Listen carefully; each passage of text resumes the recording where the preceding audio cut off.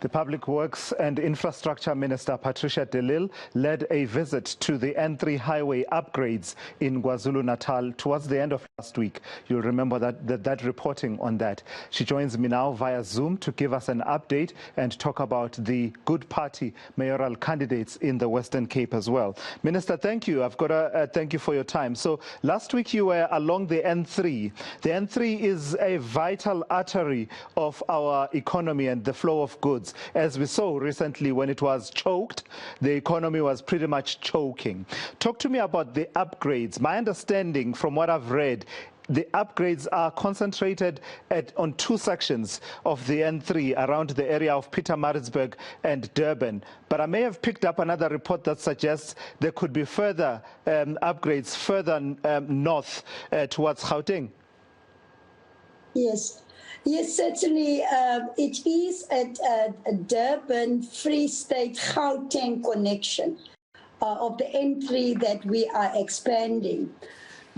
This is part of the Economic Recovery and Reconstruction Plan, where the infrastructure investment plan, of which this project is one of them, has been identified as a strategic infrastructure project.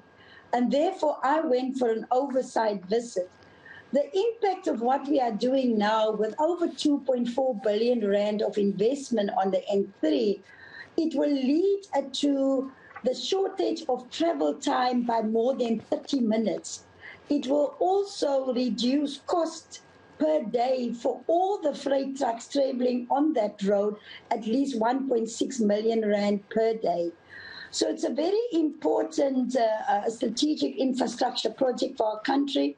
I visited, and I can one thing say that the project is on time, it's on budget, and also I have looked at the books of SANRAL. SANRAL has also received an unqualified order this year for the first time, so I'm very happy with the progress. So how are we paying for all of this, Minister, given the state of our fiscus? And not to say that, you know, we should suspend the infrastructure work that needs to be carried out, but the reality is our fiscus is what it is. We are basically in the old adage, we're having to rob Peter to pay Paul, as we used to say in the old days. Where are we getting this money from, but also in the context of the tolling that we've been debating in this country? The infrastructure investment plan was adopted by Cabinet in May of 2020. And what we've done thereafter, Thulas, accepting that the fiscus is not in a space to fund all the infrastructure. We went to the market, international and locally, to the banks, to the pension funds, to the multilateral institutions, and we were able to raise 304 billion rand, which we could then use to fund some of the strategic infrastructure projects. And out of the 62 that we have gazetted, we've been able to also raise funding for project preparation for all of these big projects. So the fiscus, we didn't bother the fiscus in this instance. We went to the market, to the private sector to get this crowding in effect from the private sector. But where we did bother the fiscus was for some of the social infrastructure, like rural bridges, rural roads that we still have to build. And I must say that the fiscus has been able to come to the table, at least for the first phase of the social infrastructure, so that we can start that too. Do the plans, beyond what's happening around Pietermaritzburg and Durban, do the plans include the upper part of the N3 between Gauteng and the Free State, some sections thereof moving from, 4 lanes to 8 lanes? Yes, most definitely. That is what we are doing now. With at least 4 kilometers there, we will be increasing the lanes to 8 lanes, and that is going to assist both traffic going towards the Free State and traffic going towards Gauteng. And also the project has so far created about 450 jobs. The starting date was in January 2021. and we look to complete this project by September of 2024. So we are on track to deliver the project on time. Let me suggest to you, Minister, that you'll quickly run into problems with the work that you are doing, particularly the so-called construction mafia, these groupings, business fora, they call themselves, that will demand a certain percentage of the work, or else everything will stall. This September 2024 target of yours may well be in peril even before you get any traction on the project.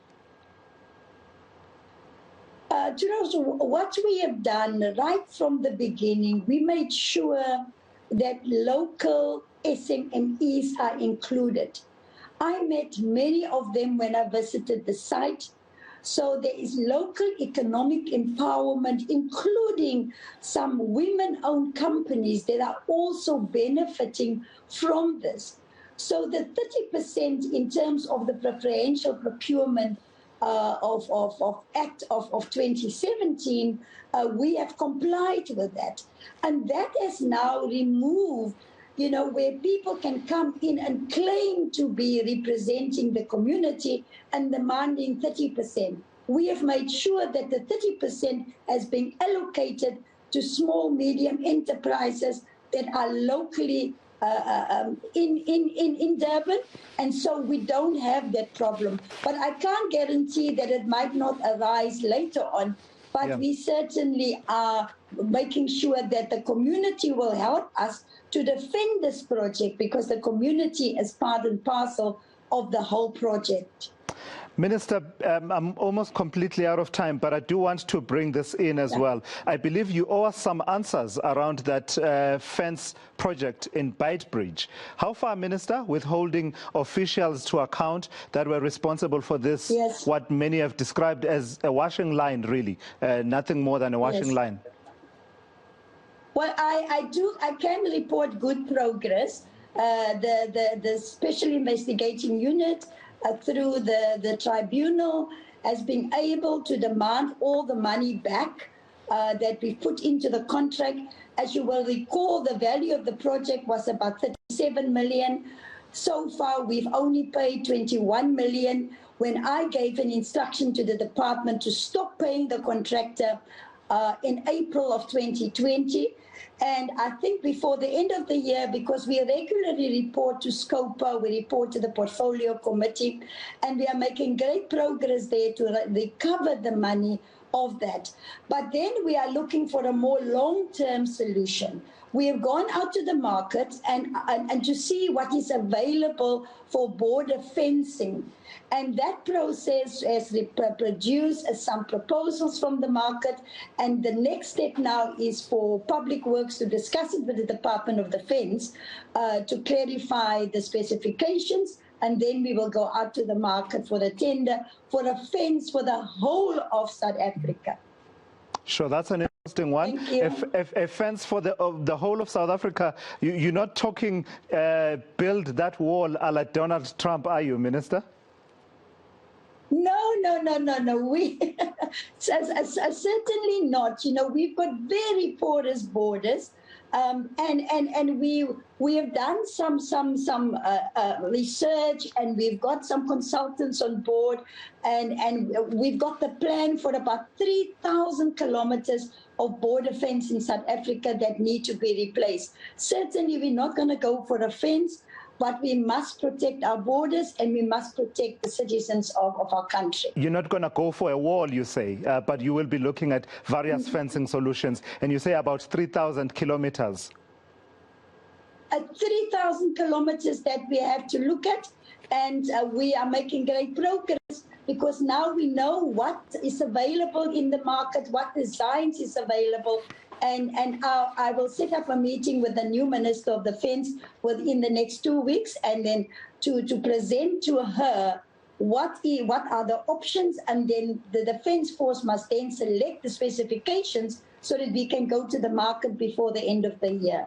All right, Minister, I've got to thank you. Unfortunately, I'm completely out of time. We won't get to talk about the work that you do in your party, the Good Party, having announced some of your mayoral candidates in the Western Cape. Hopefully, we can set that up for a different occasion. That is the Minister of Public Works and Infrastructure, that is Patricia de Lille, there, talking to us about various projects that her department is involved with.